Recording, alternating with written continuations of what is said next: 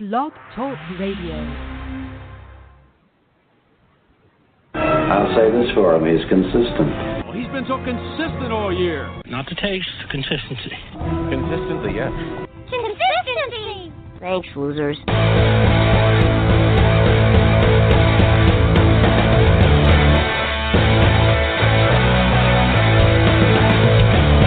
You're listening to the BGFS All right, Network, hey everybody, where we welcome keep to the fantasy Fantasy real. Football Now here's Nate Consistency Miller.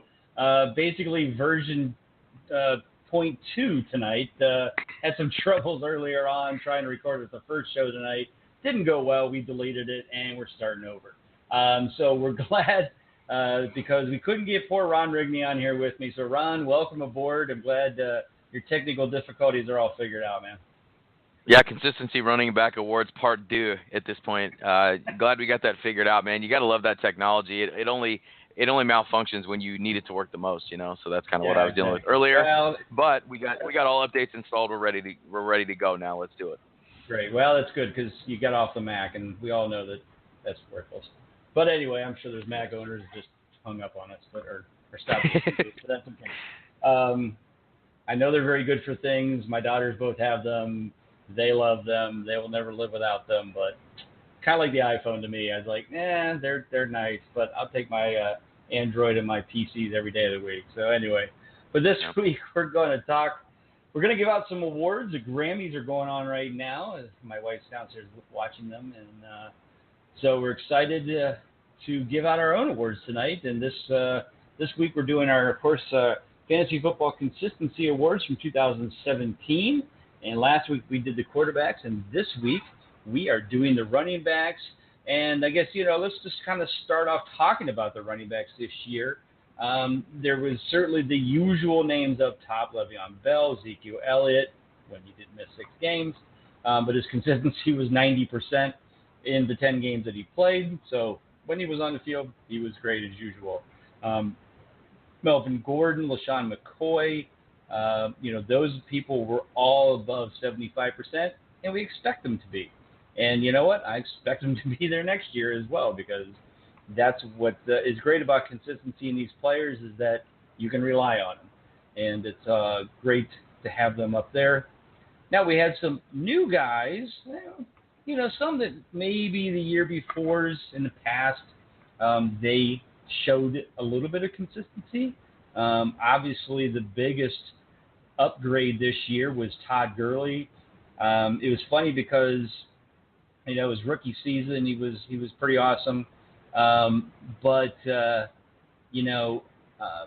going into his second year, I noted in his rookie season that the second half of his rookie season, not that great, didn't show any consistency. Teams seemed to be on top, stack the box and really force the quarterbacks of the time, whatever they were at the time, to kind of beat them and let Todd Gurley, kind of stay in check, and they did. And so when he started coming into 16, he was going as a, top 5 overall running back. And I said, I can't take him that early. He's not worth a first-round pick because his consistency isn't there. And I don't see any reason why teams wouldn't stack the box in 16. And they did.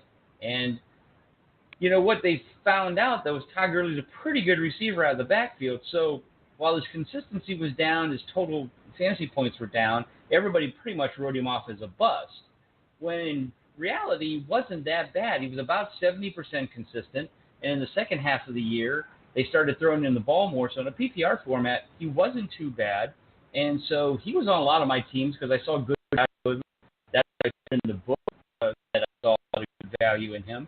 And he was going the second, third round, and I had no problem picking him as an RB1 after I got a great either wide receiver 1, or he could be an RB2 if I got a very good RB1.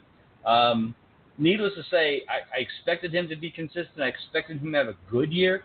I did not expect him to have almost 400 yards in rush, 400 fantasy points, almost 400. He would have if he would have played his final game. But he took the week off at the end of the year because the Rams had locked a spot. First in total points by 42 points over Le'Veon Bell. That says something. 93% consistency, only had one bad game. Ron, did you see this coming? I don't know if anybody did, but did you see anything that said, I think Gurley's going to have a really monster year? Well, and I mean, I expected a little bit of a bounce back, but I don't know if anyone really saw what they were going to get out of Nick Foles, or not Nick Foles, but I'm looking at their 2016 roster here. That's why I got Nick Foles on the brain here. I was just going to look at that because you know, when you got guys like Nick Foles and like Case Keenum and those guys in you know, behind center, you're not going to be too successful. So Jared Goff's who I'm talking about. My bad there. Yeah, Goff, yeah. And I don't think we knew what we were going to get out of him, and I think that was the big question mark. And you know, you see in the offseason they add Sammy Watkins, they draft Cooper Kupp. We kind of talked about those guys last week when we went over quarterbacks. I think that started to kind of trend in the right direction. And another thing that I'm always big on is when you have a change of mindset, whether it be a change in coaches or you have a guy that's kind of toiled on a roster, on a team that hasn't really gone anywhere for a while, and you talk about those teams that the coaches have maybe lost control of the locker room. And, you know, when you go from Jeff Fisher to Sean McVay and you kind of, you know, get that change in the style and that change in the way of thinking, I think that's big. I think that's something too. When you get a guy that comes in and you can kind of see that he's with it. You know, Jeff Fisher is one of those guys that you talk about all the time that when you look at his overall body of work, it's not all that impressive. And so I think that it was a welcome change just in the whole climate of what they've got going on. Maybe it had something to do with moving to LA and getting a new coach and all of that, but I think things just kind of clicked. But, you know, I like I said, I expected him to bounce back a little bit, but there's no way that I saw the 400 fantasy points and him being at the top of the consistency rankings, which is good because I'm in a couple dynasty leagues, so I was hoping to get some sort of a bounce back, but I don't think I ever saw this coming in any way, shape, or form. No, definitely a great pick in a dynasty league. He's going to be around for a few years for sure. And, you know, like you said, I think the bounce back of Jared Goff in helping with Sean McVay, you know, calling better plays, giving him, you know, better ways to be successful, certainly always helps a running back to be successful, especially someone as talented as Gurley. And, again, just the amount of use in the passing game. I mean, in my mind, he's right up there now, in my opinion, in a PPR format with Le'Veon Bell and David Johnson will be back this year from a, you know, being able to be on the field all 3 downs at least. So, I mean, right now, you know, I've seen people throw it out there, and I'll throw it out as well. You know, is Gurley the number 1 pick overall? In my opinion, absolutely. You know, we don't know what's going to – I mean, as of right now. Now, Bell – we assume he's going to stay in Pittsburgh, but, you know, we don't. There's a possibility he could move on. I think the Steelers will throw the franchise tag on him if he tries to go somewhere. But, you know, they say that they're getting pretty close in talks for a long-term contract. I think he stays in Pittsburgh, especially since Big Ben has said he'll stay at least 2 to 3 years, which, you know, if you remember last year, Roethlisberger was talking about possibly retiring if things didn't go well for him. So, you know, I think there's some stability there for Bell, the Steelers, et cetera. So, but even with that, I still think Gurley is the best pick right now. I think it's certainly not a bad thing if you said, well, I'll take Bell. Johnson, I'm not sure I'm sold on him. I think Zeke might be in that conversation as well. What are your thoughts if you had the number 1 pick and you were doing a draft for this coming year? Gurley, Bell, Johnson, Zeke, who are you taking?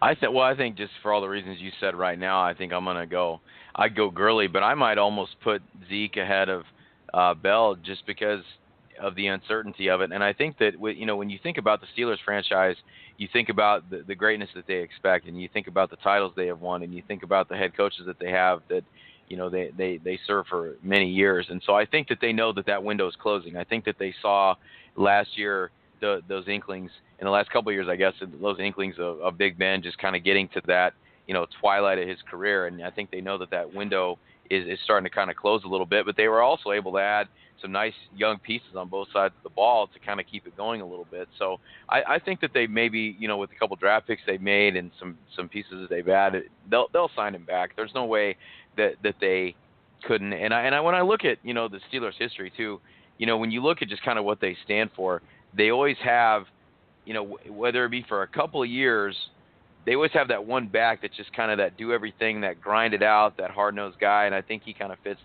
that mentality that they try to have both on defense and in the running game. And so I think that they'll definitely bring him back in the fold. I'd be shocked if they didn't.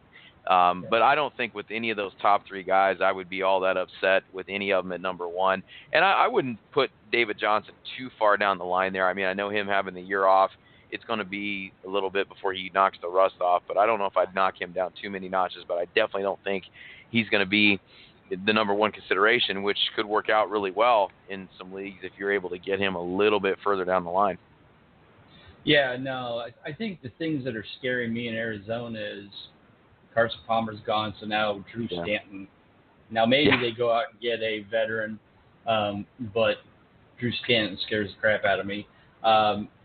Fitzgerald may retire before then too, because he had talked about it with Palmer leaving and Arians leaving.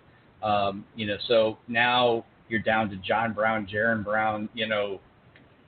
All of a sudden this offense almost looks like the LA Rams 2 years ago. Yeah. And the offensive line wasn't that great.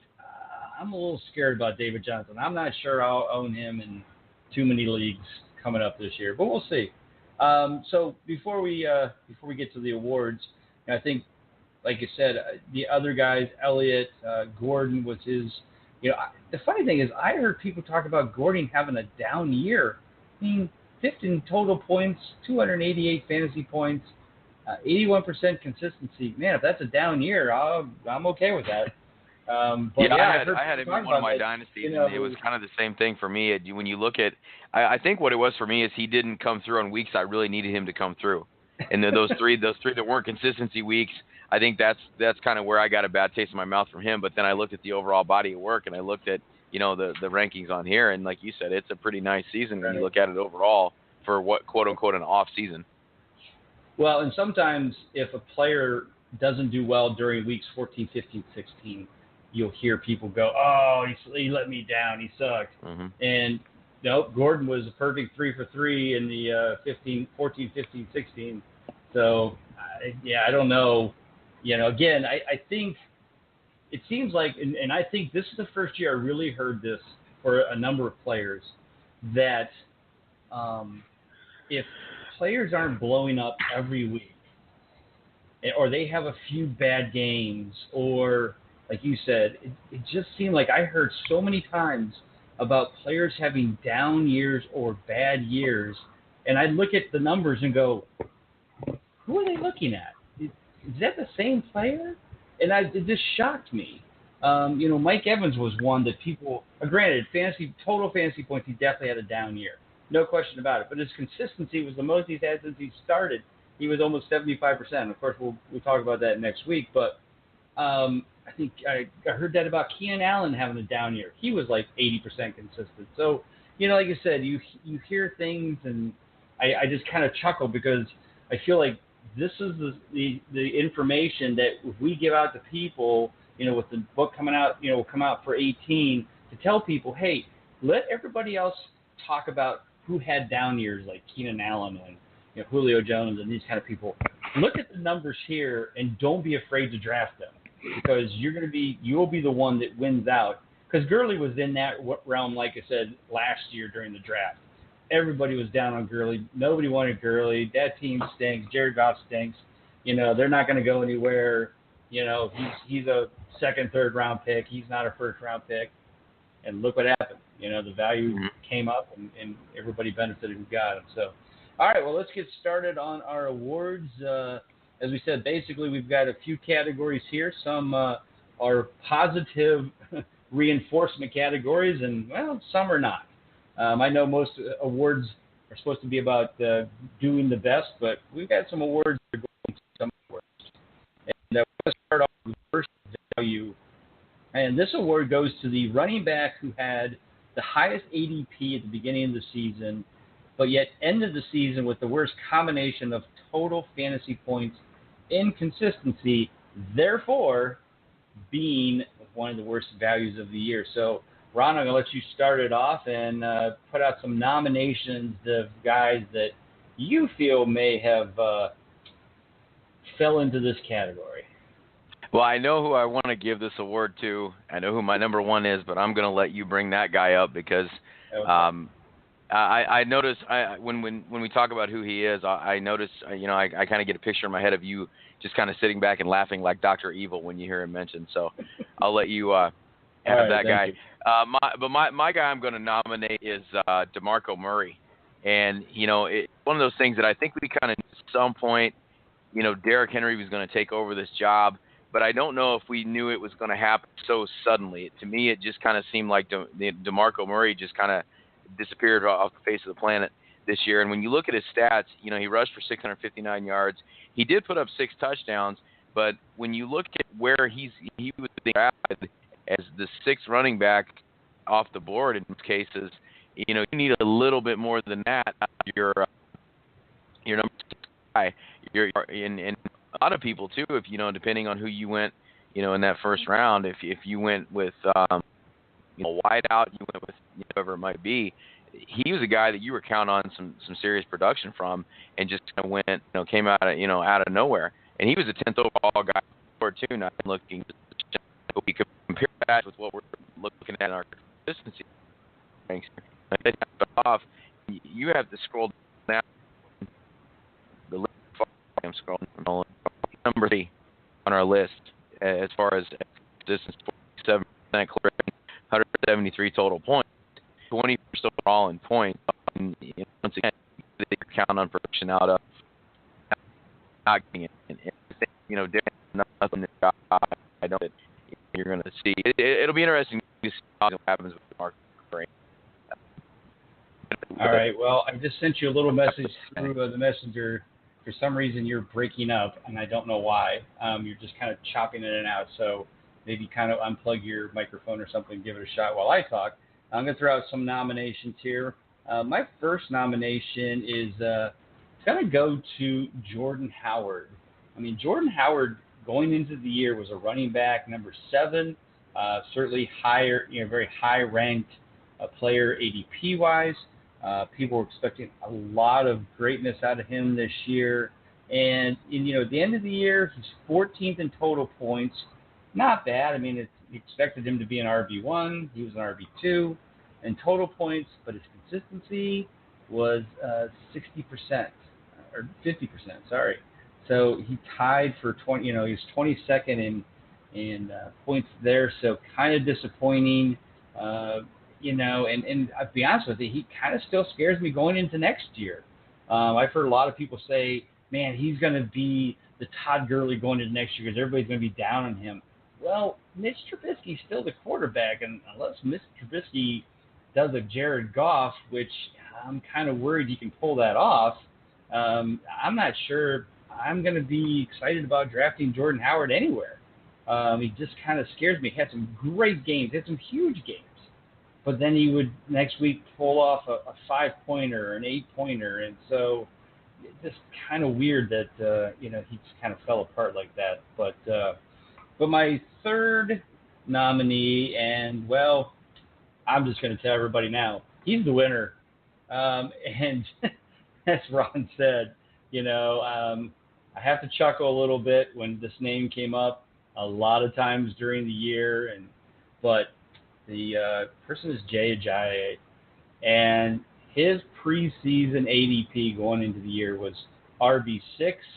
I saw him go as high as number 5 overall in some drafts. Just blew me away because his consistency the year before, when he had his 200-point games and some big time, certainly was kind of scary. And then, like I said, he gets traded, and everybody's like, okay, now he's going to explode because now he's playing for the Eagles. And at the end of the year, he's 35th in total points, 50% consistency, so tied with Jordan Howard. But, man, that 35th in total points was a real kick in the nuts to anybody who had him. After a while, I don't know how you could even have started him on any week. And most of his clutch games, if I'm not mistaken, were earned in the first half of the year. 4 of them through week 9, and then 3 over the end of the year. Actually had a clutch game in both week 15 and 16. But if you you may have not got to the finals or to the playoffs by then. So hard to tell. So any surprise? I know that you were kind of waiting for me, but what's your thoughts on that, Ron? Ron. I think we lost Ron again. I'm gonna hang up on Ron, let him come back. So, all right, we're going to keep moving so that we can keep the show going on, and have Ron try to call in again. See what happens. We know this time it wasn't his Mac, so we don't know what happened there. But all right, so we're going to go to the Best Value Award. So this is kind of the opposite of this scenario.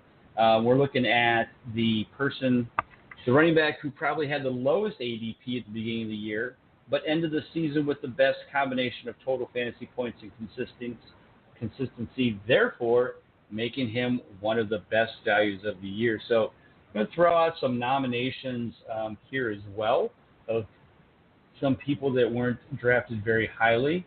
The first one we could say would be Alvin Kamara. But, I'm not including rookies because I don't feel like, there was – we could argue that certainly Kamara would have the best value, but I'm going to go with the fact that, that rookies are kind of different and we're not going to include them in it. So we're going to look at some other guys. We're going to look at some guys way down that – had some good, some low ADPs and then kind of came through for us. One of them is Frank Gore. Frank Gore was RB 32, and was right there. Pretty much everybody gave up on. Hello. Hello, you there, Ron? Yes. All right. Good. Woo. So we're talking about best value guys here, and I threw out as a nomination of Frank Gore. Obviously a lot of people gave up on Frank Gore. He was still consistent back in 2016. I think he was top 15 in consistency and total points. But once again, everybody gave up on him, had him at RB 32. And, obviously not a lot of love there, but comes through with 63% consistency, ranked 20th in total points. So, solid RB2 as we expected, and was tied for 16th in consistency at 63%. Do you have any nominations, or are you still kind of frustrated from doing your technology again? I got my my Texas Instruments T100 calculator here that I got my headset plugged into. I think I got it. I think I got it ready to go.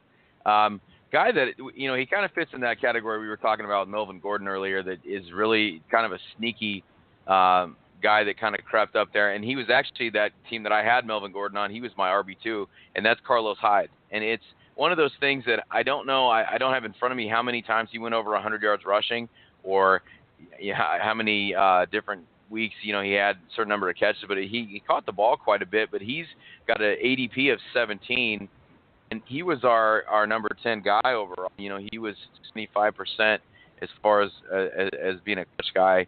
In our system, and so he was a guy that I got fairly late that I was fairly happy with.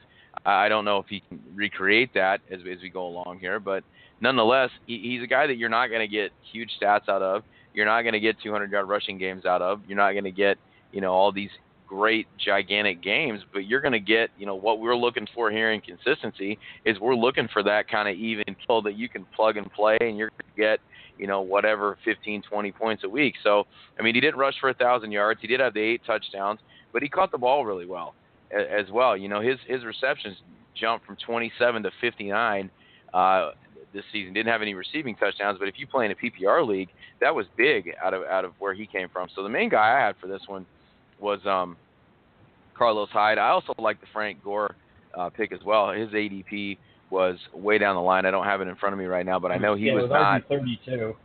Oh, there you go. You mentioned it. Okay, so there you go. And I love him too because he's cold as well. So yeah. So anyway, but when you look at what he did over the history of his career too, him being a top 5 rusher, you got to get him. That guy's indestructible. I think he's part Terminator. So. Oh, I agree. And he's talking about coming back again, and everybody's like, oh well, Marlon Mack's the man. Well, there was opportunities that Marlon Mack had this year, and I think they realized that Marlon Mack is not the man. Well, he's not built to be that. He's not built to be that guy, I don't think. So it wouldn't shock me if they take a hard, long look at Saquon Barkley in the draft, but we'll see. Yeah, it'll be interesting to see if that happens. Going back to your Carlos Hyde, that's another one of the guys that I heard over the last month on fantasy radio of people talking about what a terrible year he had, and nobody can see any reason why the 49ers would sign him for a long-term deal. And I'm like, he's 8th in total fantasy points, 75% consistency. He tied LaShawn McCoy and Mark Ingram. How does this guy have a bad year? So I think they will re-sign him. I think he's a perfect fit in Shanahan's offense. He has his moments. But let's be honest, he's still in the top 10 in consistency. I don't see how the 49ers don't re-sign him. I guess we'll see what the offseason brings. I'd be shocked if they let him go. I don't think Breida or whoever, or Britta or whatever the guy is behind him is going to be the man. But again, I've seen stranger things happen.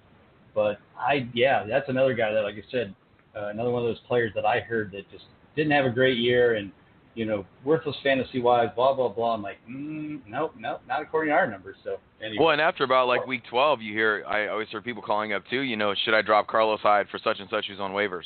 And I was kind of thinking the same thing. I'm like, he may not be flashy like those guys at the top, but, as far as plugging him in as an RB2, especially in a PPR, I'll take that all day long. And the other thing I want to throw in too real quick is let's not forget what the offense did in Atlanta under Kyle Shanahan too.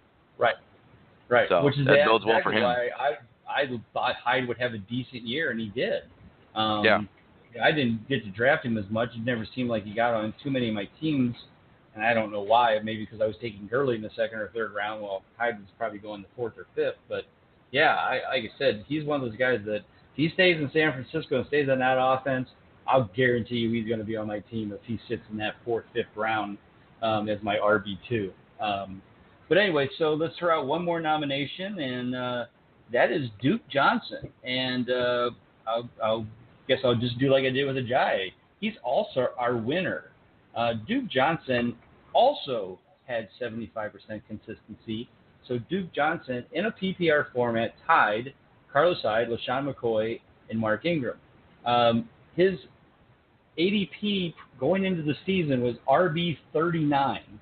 He played for the Browns, so that's another kick in the nuts to everybody. But this guy had, for a team that went 0-16, he was definitely the lone bright spot for the Browns. Quietly ended the season ranked 11th in total points in a PPR format, and then tied for 7th in consistency. Folks, if you want to win some bar bets, just throw that information out, and I guarantee you're winning some free drinks. Say, Nate, where did Duke Johnson rank in total fantasy points in a PPR format, and see what people say. And I guarantee you they're probably not going to say top 12.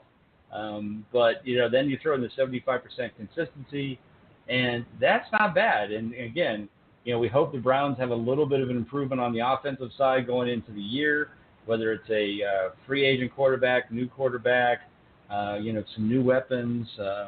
If Joe Thomas is going to play, great. If not, get somebody to replace him. And I think he'll continue to, thrive in Cleveland because team's always behind. They always need to throw the ball, and that's where he got a lot of his points. So he's our winner for best value. Any surprise there? No, not at all. You kind of laid out the argument. I won't repeat a lot of what you said, but I think another thing that bodes well for him is he could be getting a few more chances because, correct me if I'm wrong, but I believe Isaiah Crowell is a free agent. Is that right?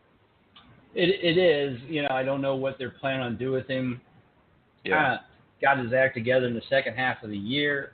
I really thought he'd have a big year, as did a lot of people. He could have been a nomination for the worst value because I'm pretty sure ADP-wise he was, he was RB 14. And I was drinking the Kool-Aid because I'm like, I saw him run. He got a great offensive line now, and they're going to need to use him a lot. And nope, that didn't happen. So Duke ended up being the man. So interesting enough. So.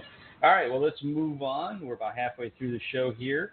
So we're going to look at Rookie of the Year. And, boy, we got a lot of nominations for Rookie of the Year. I mean, I think everybody kind of knows who's going to be the winner here. But we'll wait to the end.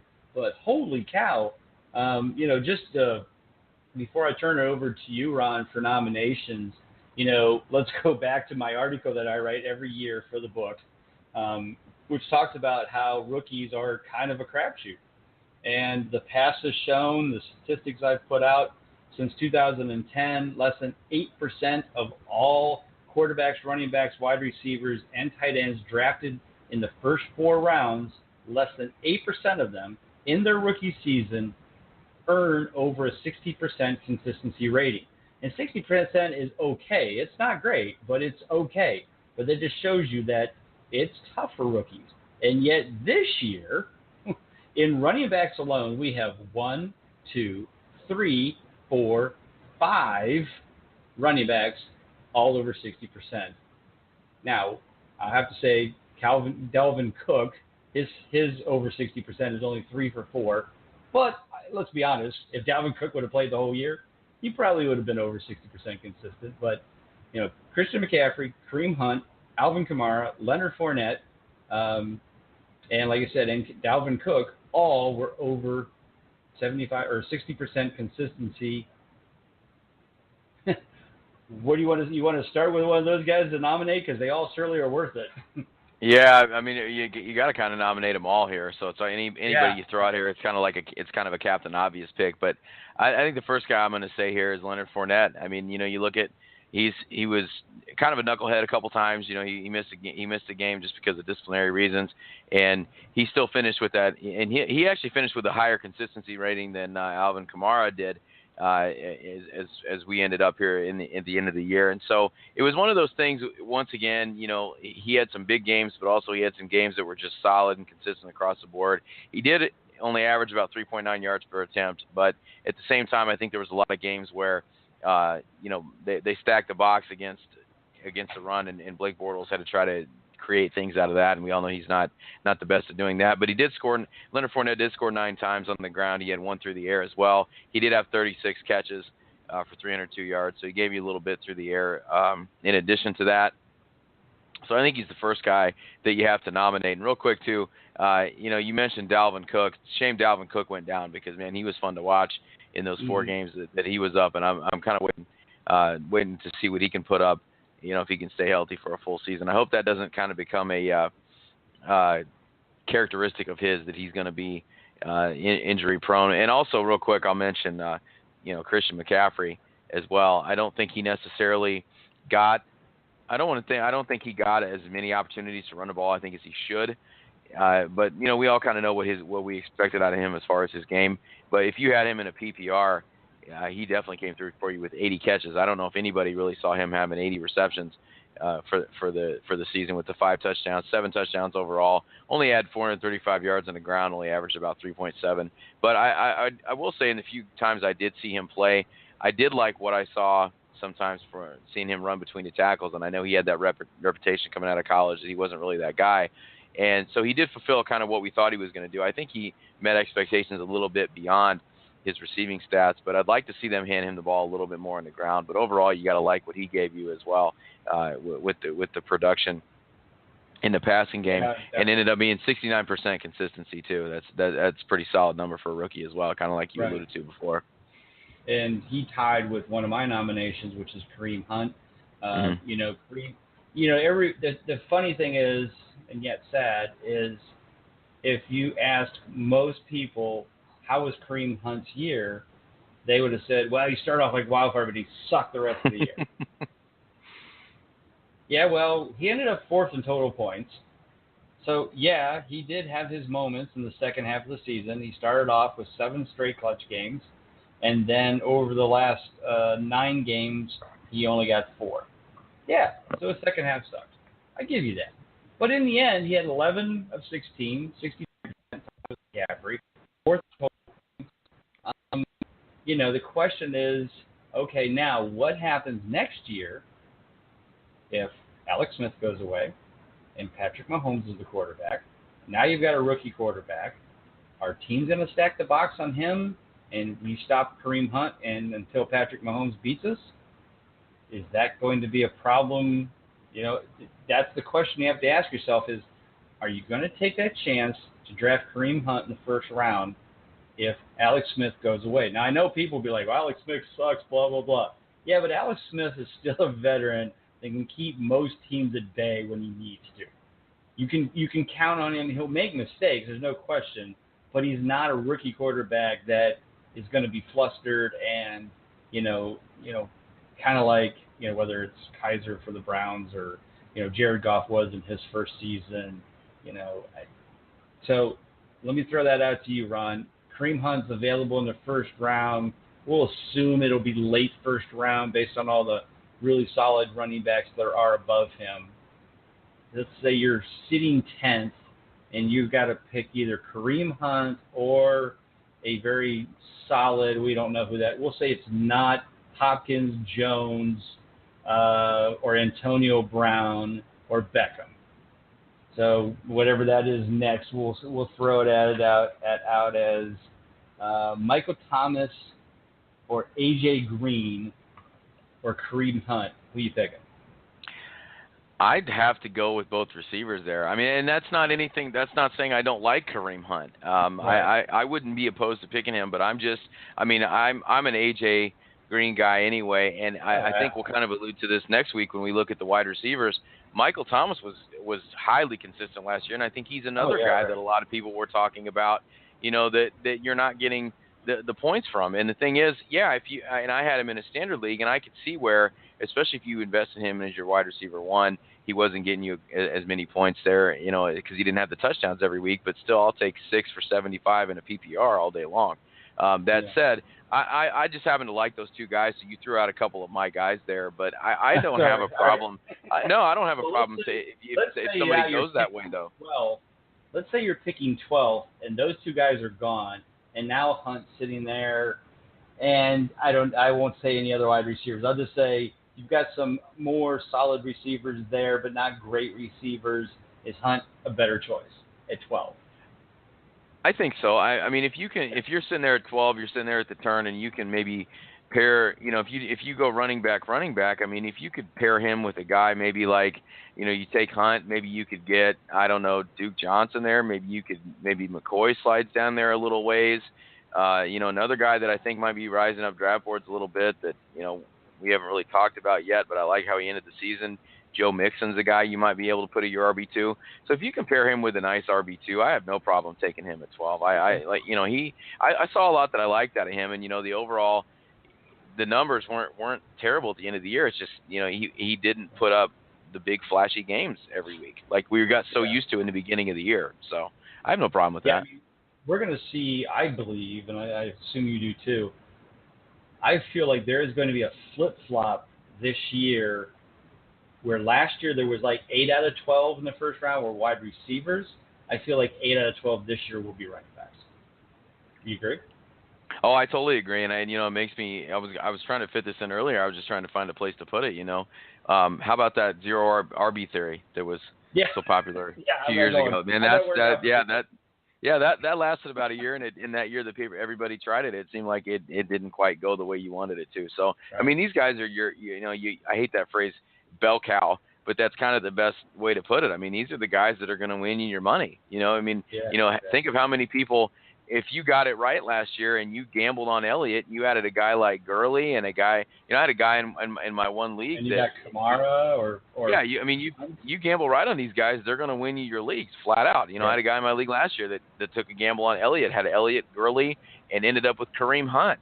I mean, and he could start all three of them every week because we had a flex. So I mean, he was sitting pretty at the end of the year. So that's these running backs are going to win you your cash. Definitely. Yeah, no, exactly. The key this year is now they're all going in the first round.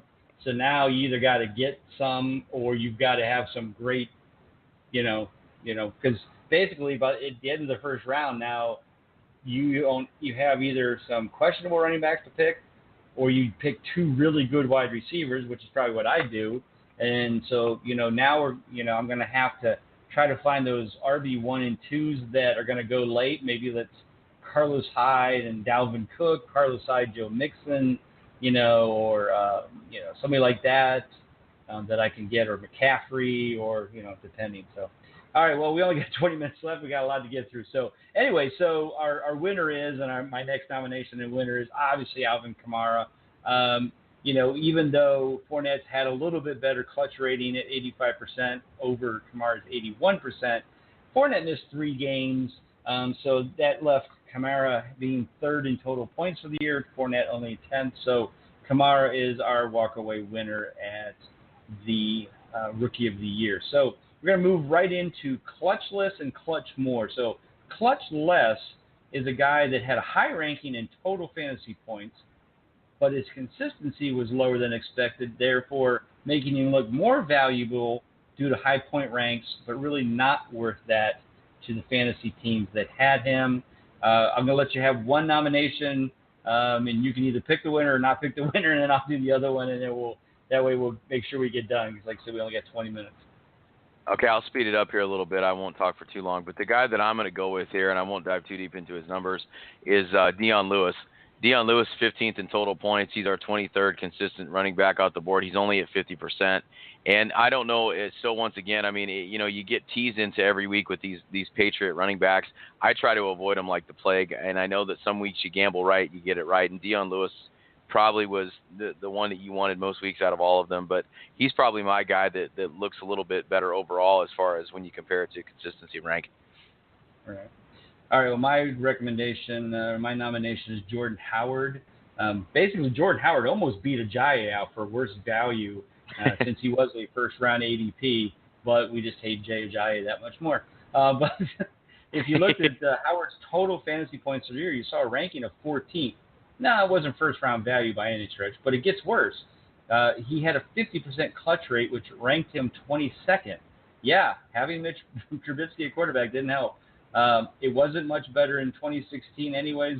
I think I'm going to stay away from him in 2018, and he wins our Clutch-less award. Your thoughts? I think that's 100% solid. He fits in a lot of these categories as far as these negative awards, just because of the hype train that followed him coming into the season. So I have no argument whatsoever with that. Right. So let's move on to the clutch more. Again, obviously the opposite of clutch less. Had a low ranking in total points, but his consistency was higher than expected, therefore making him look less valuable going into next year than when he was actually worth more. Go ahead with your nomination. I'm going to look here at Leonard Fournette, and I hate to give away the big prize here, but he's a guy that I think that you can kind of throw out there with that. Yeah, and my thought too was Ezekiel Elliott, 12th in total points, but he missed 6 games. Mm-hmm. We all know that. Duke Johnson was 11th in total points, had some consistency, but you're right. Leonard Fournette wins this. He missed 3 games.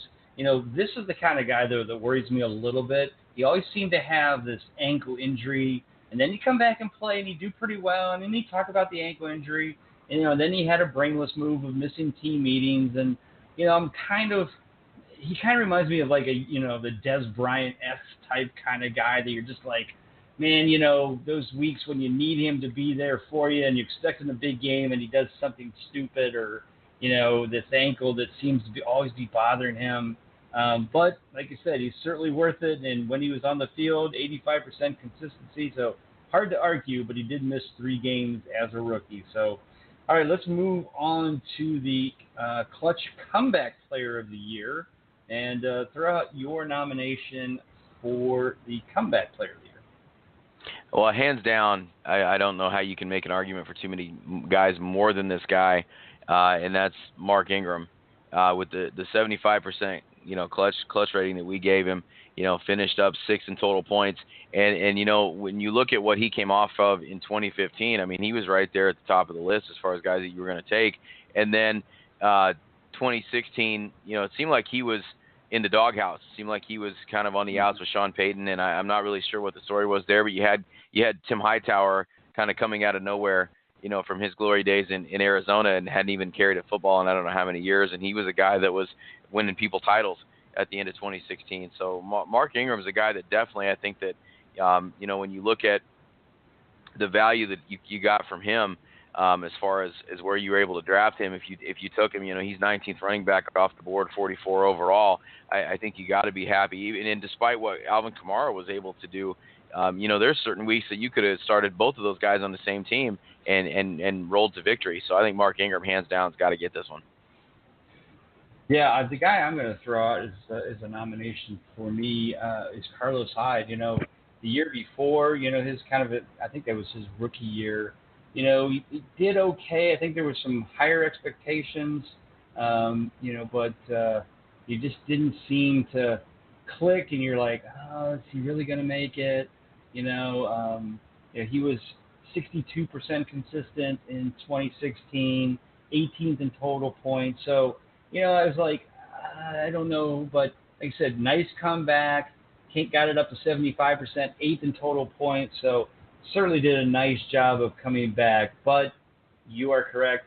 There's no questions asked when it comes to who wins this one. And Mark Ingram, like you said, coming back from that 2016.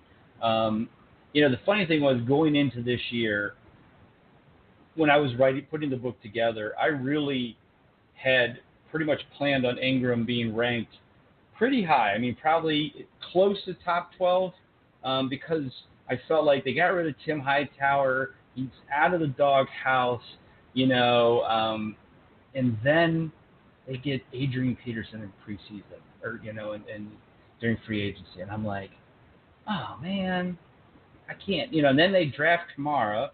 So I'm like, you can't put too much faith in a three-headed monster in New Orleans, and I kept thinking, well, maybe I should, and part of me was like, I should have drafted Ingram later because everybody, of course, was down on him. I don't, again, rookies are not my thing. I heard some decent things about Kamara, but again, you're taking a chance, and plus, Kamara's going to have to beat out Adrian Peterson and Mark Ingram. That can't happen, right?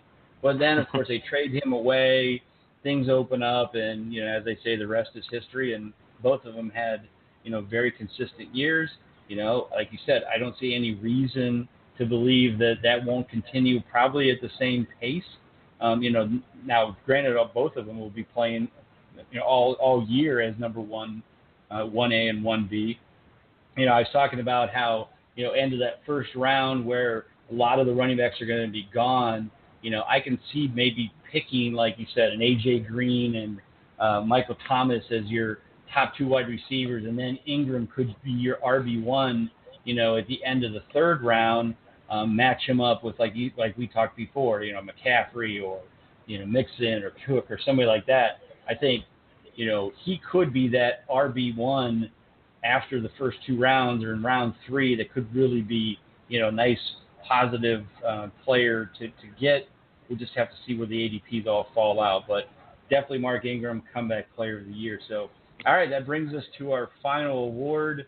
I think we said it earlier to kind of know who's going to win this. But, it's still pretty close. So I'll let you throw out the first nomination, and whatever you throw out, I know who I'm coming back with second.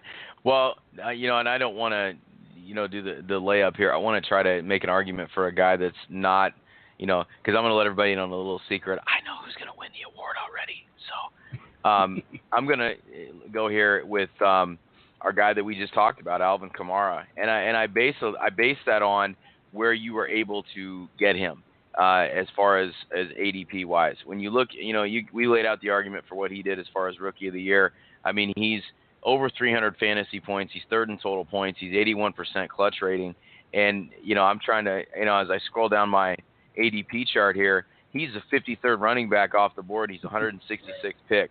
And so I think you can make a solid argument for that, because when you look at how valuable he was, I mean, for getting a guy that was probably, when you look at him there, your RB3, RB4, RB5, depending upon where you picked in the draft. And, he was a lottery ticket that ended up winning you the jackpot. So, I like I said, I kind of know who's going to win this already, but I think you can make a great case for him just based on ADP.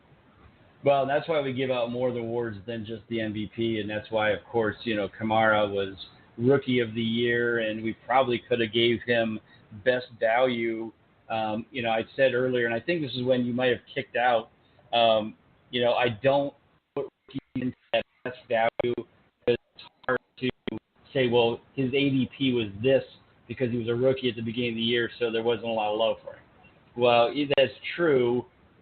So, we could have probably handed in the best value award, and nobody would have argued. Plus, there are awards, so we can do what we damn well want.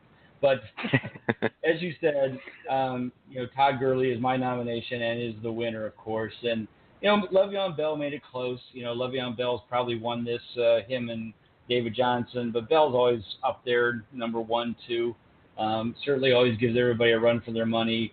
They were both 93% consistent. They both basically took a week off. The surprising thing that Le'Veon Bell's one miss the whole year was the first game of the season against the Cleveland Browns. That's what I think I just chuckle about all year. But, again, Gurley was 42 points ahead of him. And kind of comparing him to Kamara, if Gurley plays the last game, he beats Kamara by 100 points. But we could probably also argue that Kamara really didn't play much of the first 3 games when Peterson was there too. So, yeah, maybe if Kamara played from game 1, heck, we might have seen a lot different scenario. But I don't think anybody can argue, and this is why I totally believe there's no argument with why Todd Gurley wins. And I'm going to talk about weeks 15 and week 16 because I had him in those two weeks. And, man, you want to talk about not sweating the playoffs for the first time in my probably 30-year career of fantasy football. Holy cow, when your running back is going off for 40 and 45 points, or 42 and 45 points or whatever it was, and your average is 45 points for those 2 weeks, when you're playing in the playoffs and you see that kind of performance, it's hard not to want to give him a big hug and kiss on the cheek. But it was great, and that's why I think a lot of people probably have him, being the number 1 pick overall. I did find it entertaining. I think you probably saw this too, that Gurley kind of tweeted out to tell everybody to leave him alone. Now after he got those 2 games and said, "You're welcome for the championship. Just leave me alone." Yeah. Kind of interesting, kind of funny, but needless to say, like I said, he was the winner of the MVP and certainly the most consistent right up there with Bell. But as we talked, the running backs are going to be big time this year, and whether it's 8 out of 12, 9 out of 12, who knows? Basically Antonio Brown, I assume Beckham will go first round. After that, maybe Julio, like I said, maybe Antonio, Julio, and Beckham. So it could be 9. We could see 9 running backs go in the first round. It's hard to tell. But it's definitely going to be a heavy running back scenario.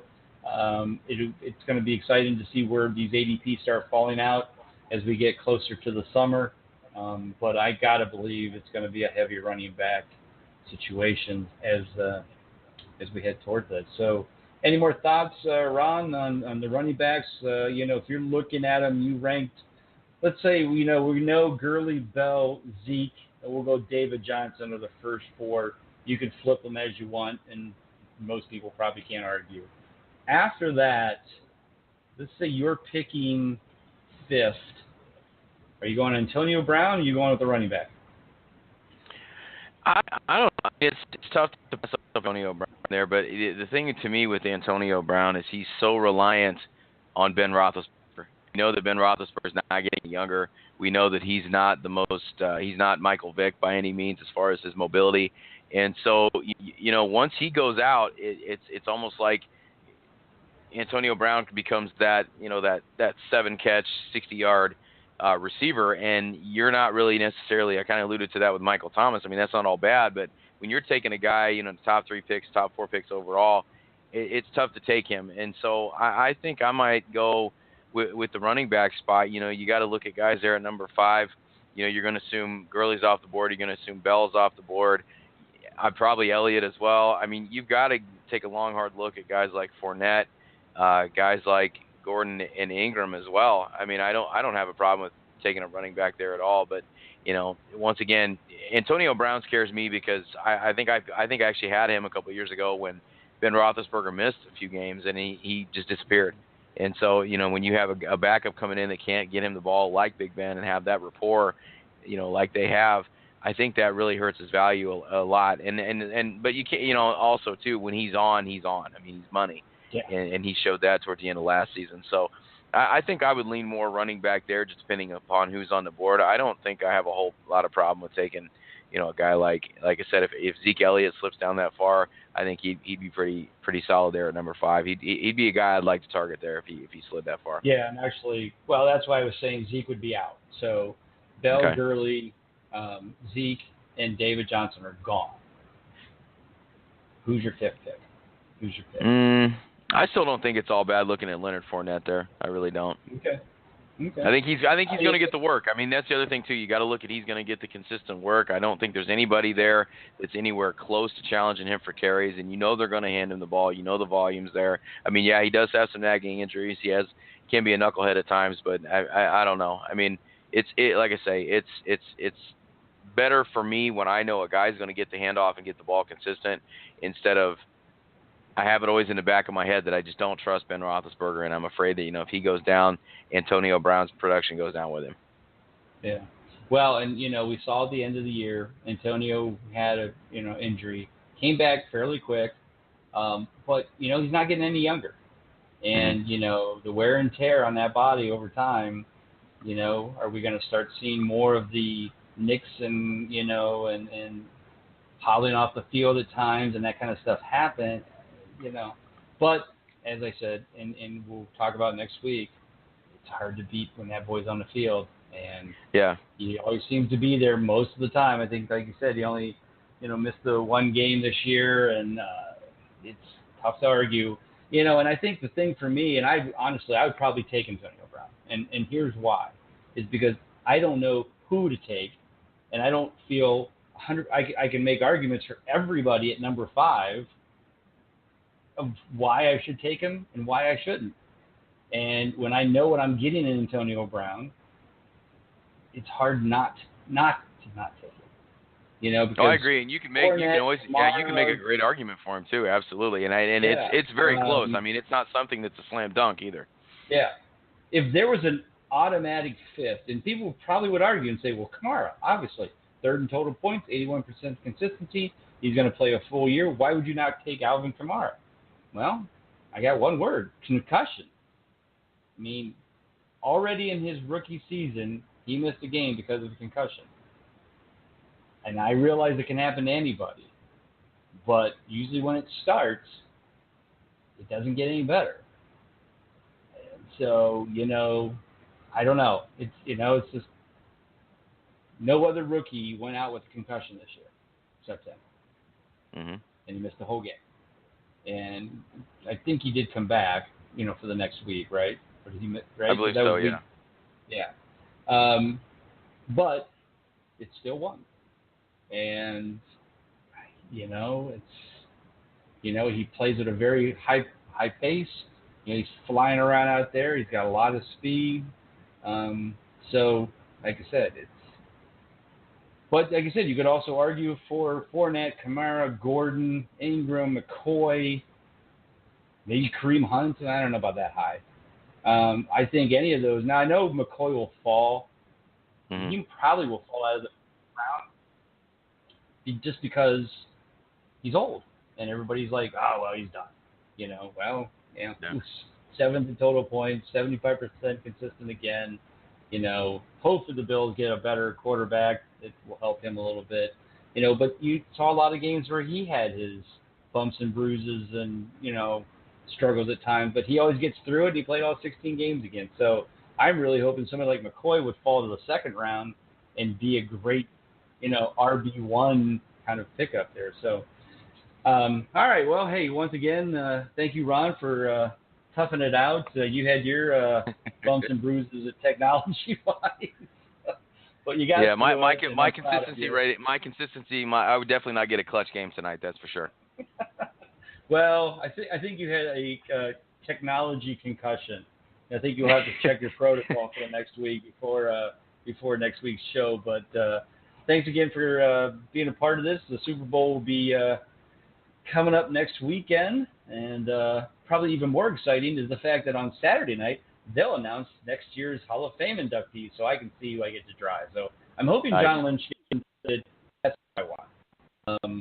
I don't want any big names this year, but I'd love to have John Lynch, so that'd be great. So for Ron Rigney, Ron, thank you again. We'll talk to you next week, and everybody have a great week. This is the Fantasy Football Consistency Show, and we are out of here.